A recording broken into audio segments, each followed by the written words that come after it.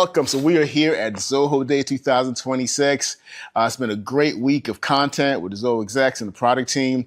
I'm here today with Tejas Gadhia. How you doing, man? I really feel full of energy. Full of energy? Yeah. He wants to go home, guys. It's been an awesome week, man. It's been exhausting, but good. It's been fun. So Tejas, a lot of talk this week about AI, privacy, security. Give us a little bit about your background, who you are, what you do for Zoho.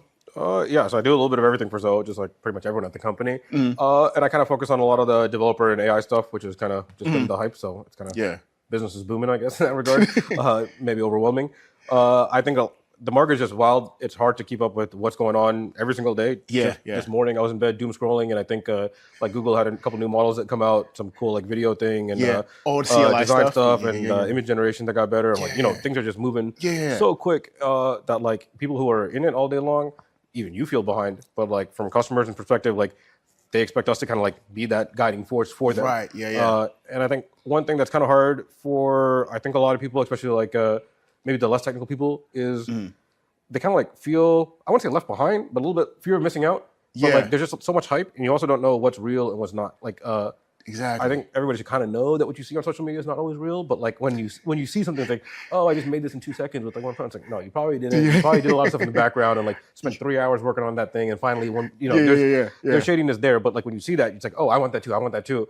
So I think we have like those excited kind of customers that sometimes I wouldn't say pump the brakes, but it's kind of like a lot of times the more ambitious the scope of a project is, obviously the likelihood of it succeeding is kind of lower. So we try to tell people like, let's just get small, boring, quality of life improvements in. And those are kind of compound more than you know it. You think you can like automate an entire department, hold the brakes. Right. Get you, the pieces that are involved, because it's the pieces that put together that'll get you the full automation. Yeah. If you try to just jump at the automation level, you're not going to be able to really dig down at every little piece. And so I think a lot of it has kind of become, I wouldn't say consulting, but just a lot of it's kind of separating hype from reality and kind of just giving people the real practicality. Because I think everywhere you read, whether it's news, social media, articles, even other vendors, it's like the world is changing and everything's going to be automated and agents, and it's kind of like, all right, let's just make sure that there's a human connection to everything, and we're providing quality things at a reasonable price and a high value, and making your life better, hopefully. So no, absolutely. Long answer to a short question, but it's just a crazy time. It is crazy. I mean, I'm as an analyst, right? I find myself, I'm, all the new models coming out. We had our deep seat moment. We had all this stuff coming out. All these new models, image to video now, whatever.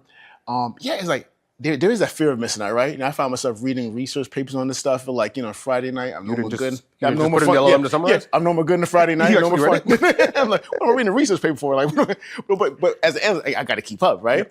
Yeah. So you have to sort of distill all that stuff for customers and like saying level set, like practical AI. Like no, this is what the real is. And like just a lot of it is also like the most value comes from like stringing together the right things that.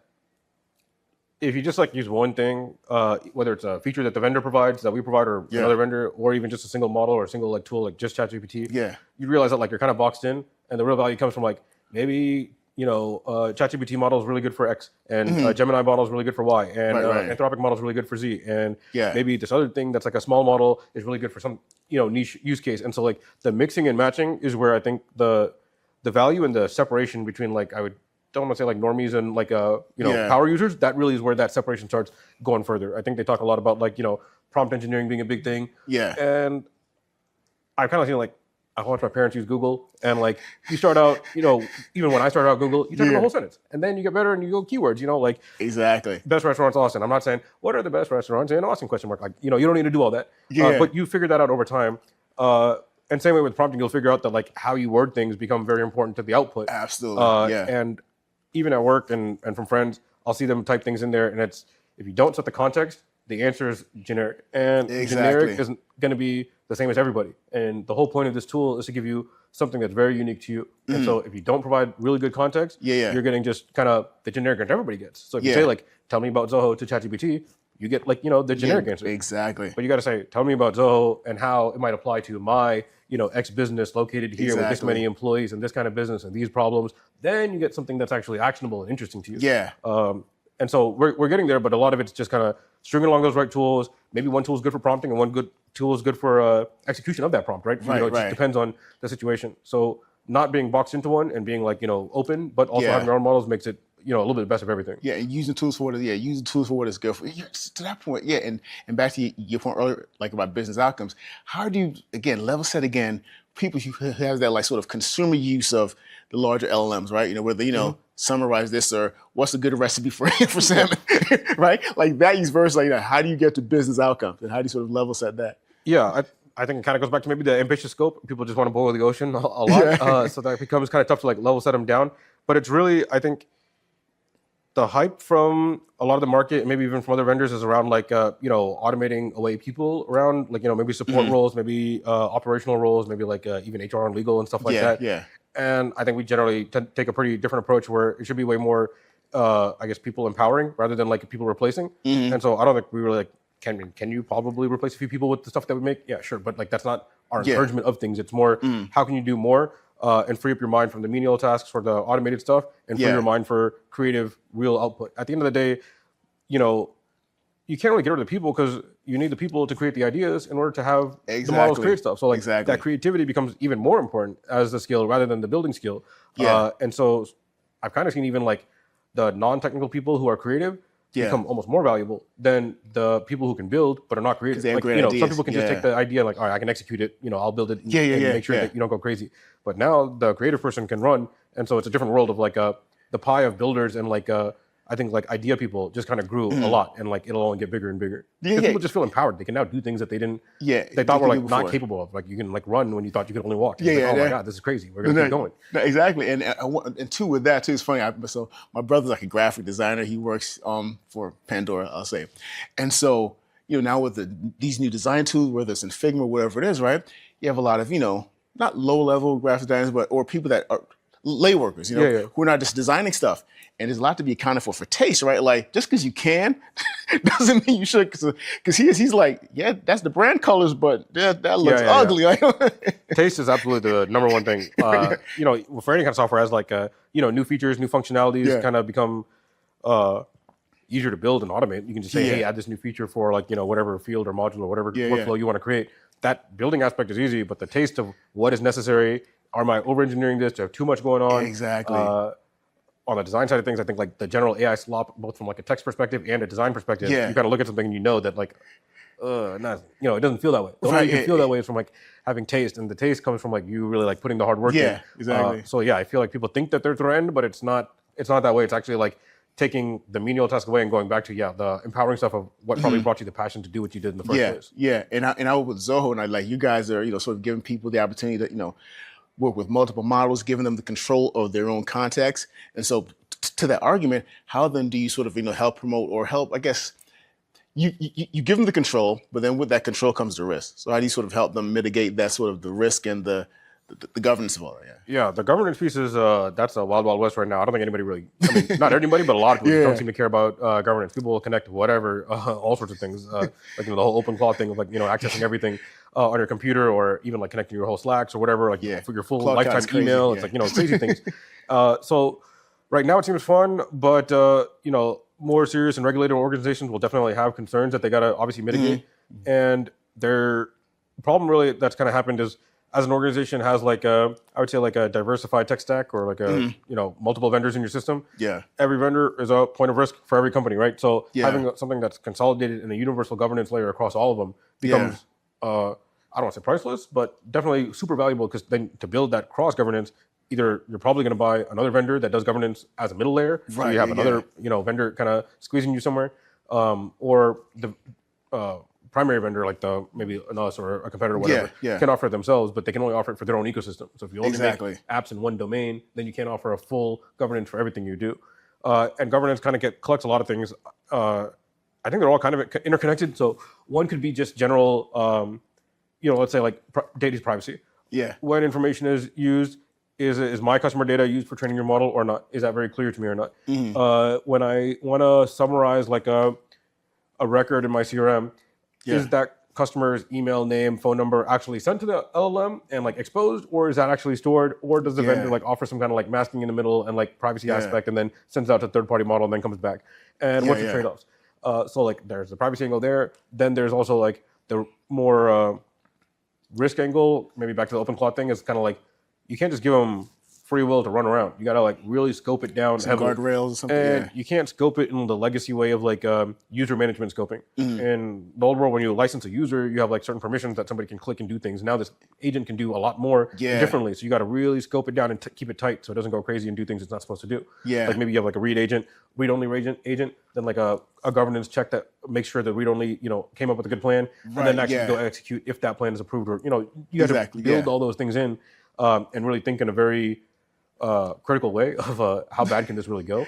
And then the last thing I'll talk about on this is kind of like, we don't really have the problem today, but there will absolutely be like a big pricing concern in the future. Right now, things are kind of just cheap and free. I'd say like, Uber's back in like 10 years ago, it was cheaper than a cab. Now it's a little bit more. Grocery delivery, Airbnbs or whatever it is. Like, a lot of things we've kind of seen around us that increase the price because once the network effect is made, now you have pricing control and market pressures that will make you increase the price. Exactly. And so what we really want to do is, one, offer options to everybody. Obviously, we don't want people to force people to use our stuff.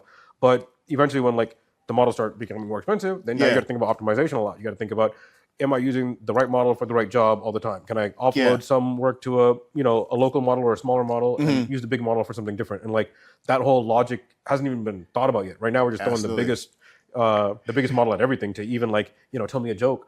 That's like, you don't understand how much like energy we just burned by just like, saying, tell me a joke. Tokens, and nobody cares, right? But eventually people will start caring when the bill becomes a little bit more real. So it's all kind of tied into like security, governance, risk, privacy. And the real ultimate advantage is kind of like the more tools in this ecosystem that people use, those like risk benefits are just compounded every single time. And so it kind of, people will start finding like, where can I go one place to solve all my problems? Right. Rather than having to manage everything myself. Yes, that's a wild, wild west. Because what you're saying then, so with the multiple models, you have data, trapped in all these different applications and workflows. And now the data's moving because now you're trying to like get constantly workflows. Is there a role that's going to emerge or a team that's going to manage this sort of context layer? There will be. There'll be companies that come up that offer, context as a service, basically. Just like the LLM providers will increase prices of their, model usage. A lot of vendors will have to increase the price of API usage because that's kind of like not really talked about that much. Of like every call is like, give me a list of all my leads in my CRM. That's a lot of leads in the CRM that maybe you don't need to pull every single one every single time. And if everyone is an API call or you're batched or whatever, a vendor's gonna have to find a way to make money, and they're gonna increase the prices of APIs too. So a part of the unified system is there's no API calls, everything's inside in a unified database. So that makes kind of a big factor where from a performance angle and a speed angle, it helps. Helping building context across multiple products helps. And not having to pay for the extra API calls helps a lot too. So that industry will exist, and I think it'll be a big industry because that ultimately the patchwork and cleaning up is always that's never gonna go away. That's but I think hopefully a lot of people will end up seeing the light because it'll just be a big headache to try to manage all that stuff manually because it's just it's a game of whack-a-mole. You're never gonna. The ideas and the pace of this stuff, being able to outsmart you in like you're trying to control it, can be very difficult. So having like a narrow scope for each action and not just being go fix my company, solve my business problem. That's not going to be a reasonable way to use it. So it's all about it's a wild, wild west. And so if you were advising, and I think you actually said some of it a little while ago, if you're advising companies, who are looking, at a vendor, to invest in, you start talking about the privacy stuff. Like, what are the key questions then that they need to ask? Yeah, I kind of start with like, okay, so if we go back to what a vendor offers is like, features and functionality. We've kind of established that becomes like almost table stakes. Everybody can build a feature almost autonomously, and it'll only get faster and easier later on the line. So then what are you kind of paying for? You're kind of paying for offshoring risk to some extent. Otherwise, we would just use some vibe-coded thing and like use it that way, right? So you do need someone you can offload that risk to.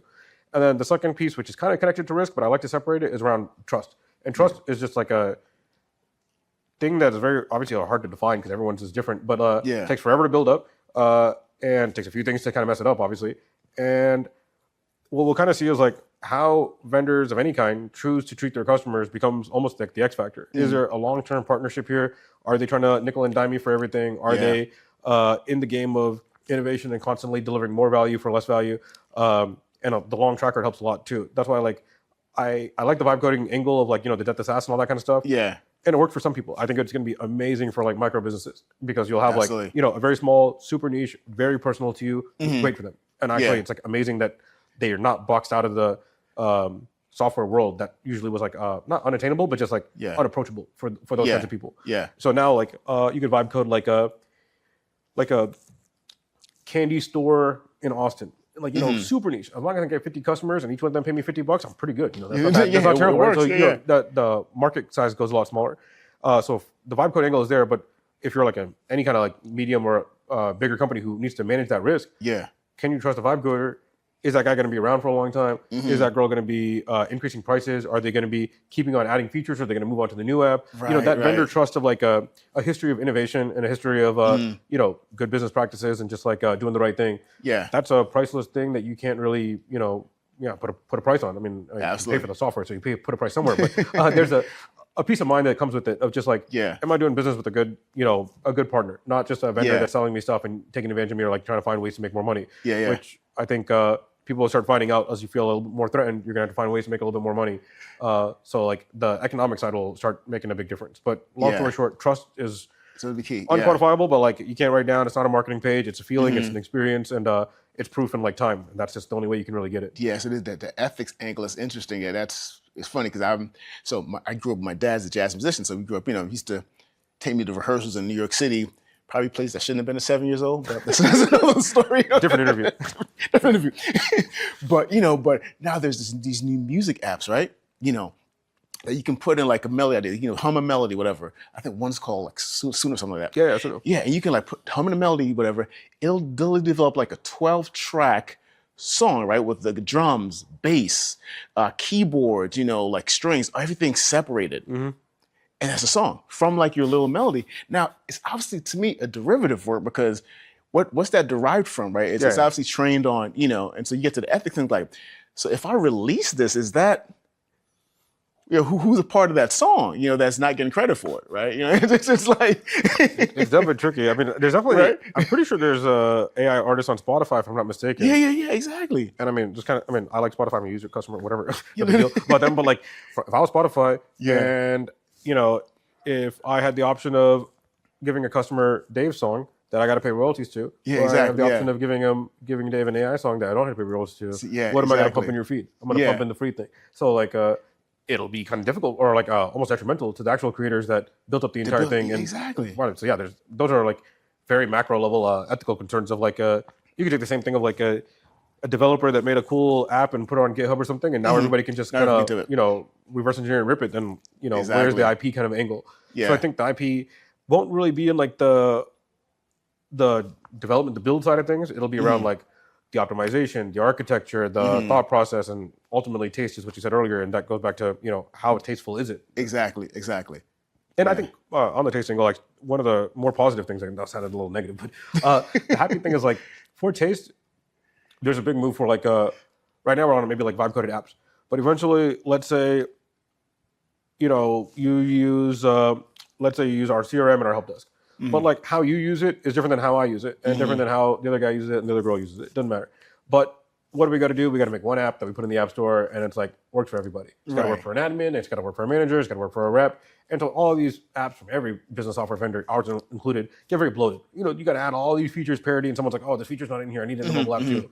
And it's like, cool, fine. We'll put it in there. Now it's just a bigger and bigger app that's like, you know, menus and all sorts of stuff.